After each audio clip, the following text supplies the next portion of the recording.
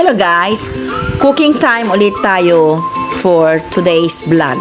Ano ba ang karaniwang sinasahog natin kapag tayo ay nagsisigang?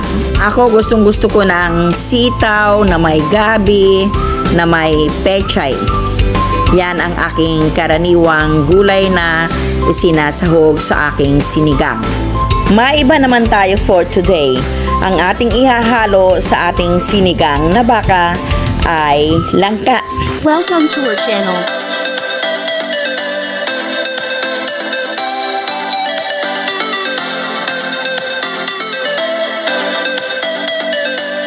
So, ito lang ang aking mga ingredients. Kitang-kita niyo naman.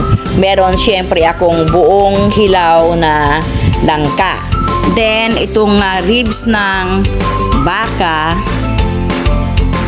Then, luya, sibuyas, at nor sampalok mix.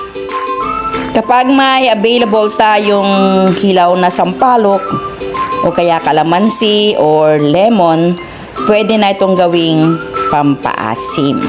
Kailangan natin ng diskarte, lalo na't napakamahal ng gulay sa mga panahong ito, kung ano yung available sa paligid natin na pwede nating ihalo sa niluluto, then mag-eksperimento tayo. So, ginamitan ko din siya ng kamatis at syempre siling haba. Pasensya na at nakakalimutan ni Lola yung iba pa niyang mga pansahog.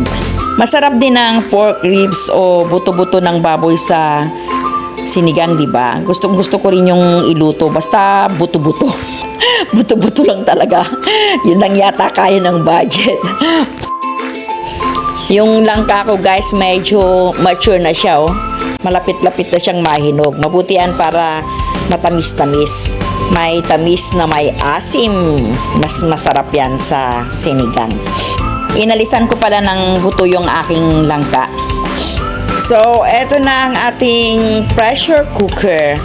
Bakit kailangan kong i-pressure cook? Para mabilis tayo guys. Dahil baka nga yan, ribs ng baka, baka abutin tayo ng 1 oras kung hindi ko siya i-pressure cook. Kung pressure cook, 20-30 minutes, malambot na agad siya. Gustong-gusto ko kasi ng malambot pagka mga karni-karni yung aking niluluto. Pag may sabaw or sinigang, mas gusto ko ng malambot siya, lalo na kung ito ay baka. So, nilagyan ko na siya ng mga sibuyas at luya guys. Lagyan na rin natin ng asin at konting bechin. Mamaya na natin ayusin ang timpla niya kung malambot na siya. So, this time, lagyan na natin ng tubig. Kumukulong tubig na yung linagay ko. Nagpakulo na ako. Lagyan natin ng marami-raming tubig para sure tayo na hindi siya matuyo. Dahil pagka ganitong sinigang, dapat marami-raming tubig ang ilagay natin.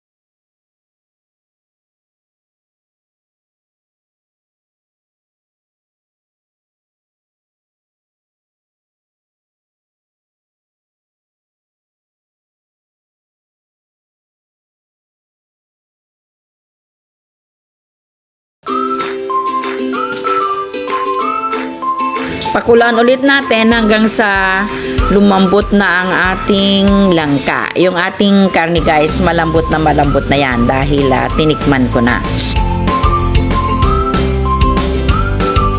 Malambot na yung langka natin, kaya maglagay na tayo ng sampalok.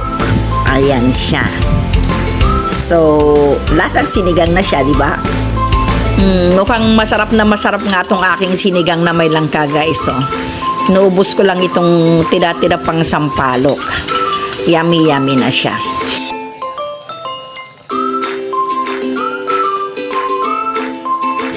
Ayan, ayos na ang timpla nito. Ito na ang ating sinigang na ribs ng baka na merong langka. So, yummy guys. Tara at mag-lunch na tayo. You can try this recipe para maiba naman ang ating sinigang. Pwede kayong mag-comment for other suggestions, guys. Baka meron pa kayong mas masarap na ideas sa pagluluto ng sinigang. O, diba? We can help each other sa ating mga cooking ideas. Maraming salamat na muli sa panonood nyo ng aming video for today. Sa mga subscribers namin, thank you very much sa inyong walang sawang suporta. Sa mga new viewers namin, please subscribe naman kayo sa aming channel. Stay safe everyone. God bless you all. Bye-bye.